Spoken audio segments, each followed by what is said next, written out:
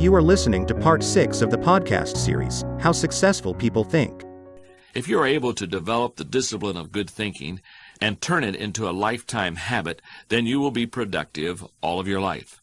Once you've created, shaped, stretched, and landed your thoughts, then flying them can be fun and easy. Give your plans the right amount of thinking time, and you'll find that the implementation time decreases and the results get better. Your thinking time is like the runway of an airport. Just as the larger planes need a longer runway to fly, big ideas need a long runway of thinking to be launched. In every chapter, I will give you a practical way to approach the kind of thinking explained in that chapter. For this chapter on mastering the process of good thinking, I recommend the following 6 steps. Number 1, expose yourself to good input.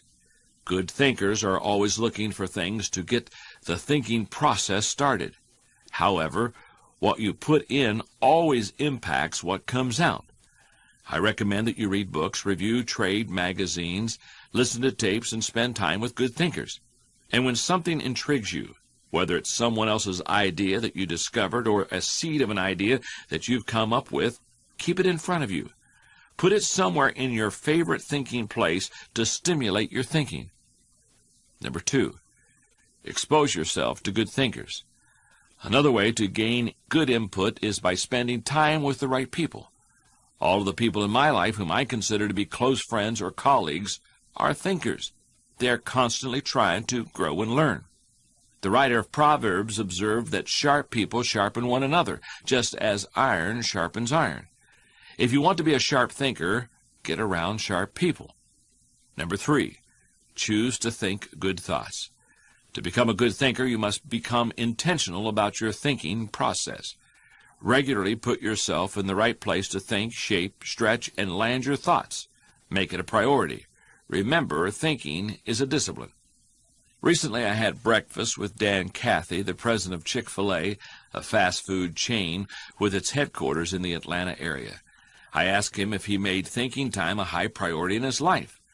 Not only did he say yes, but he told me about what he calls his thinking schedule. It helps him to fight the hectic pace of life that discourages intentional thinking. Dan says he sets aside time just to think for a half a day every 2 weeks, for 1 whole day every month, and for 2 or 3 full days every year. Dan explains, "This helps me to keep the main thing, since I am so easily distracted."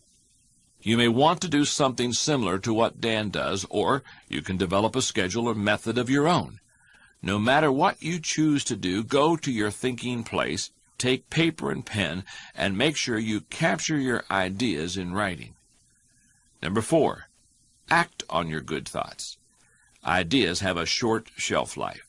You must act on them before the expiration date. The ultimate goal of thinking is application. World War I flying ace Eddie Rickenbacker said, "I can give you a 6-word formula for success. Think things through, then follow through."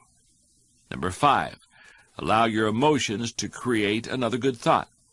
When I was a pastor, I counseled many people. In that process, I discovered that for some people, the greatest challenge to becoming a good thinker is their emotional turmoil or baggage. Past hurts or current worries prevent them from spending productive time thinking. To start the thinking process, you cannot rely on your feelings. If you wait until you feel like doing something, you will likely never accomplish it. The same is true for thinking. You cannot wait until you feel like thinking to do it. However, I found that once you engage in the process of good thinking, you can use your emotions to feed the process and create mental momentum. Try it for yourself. After you go through the disciplined process of thinking and experience some success, allow yourself to enjoy the moment and try riding the mental energy of that success. If you're like me, it's likely to spur additional thoughts and productive ideas. And number 6, repeat the process. One good thought does not make a good life. The people who have one good thought and try to ride it for an entire career often end up unhappy or destitute. They are the one-hit wonders, the one-book authors, the one-message speakers, the one-time inventors who spend their life struggling to protect or promote their single idea. Success comes to those who have an entire mountain of gold that they continually mine, not those who find one nugget and try to live on it for 50 years. To become someone who can mine a lot of gold, you need to keep repeating the process of good thinking.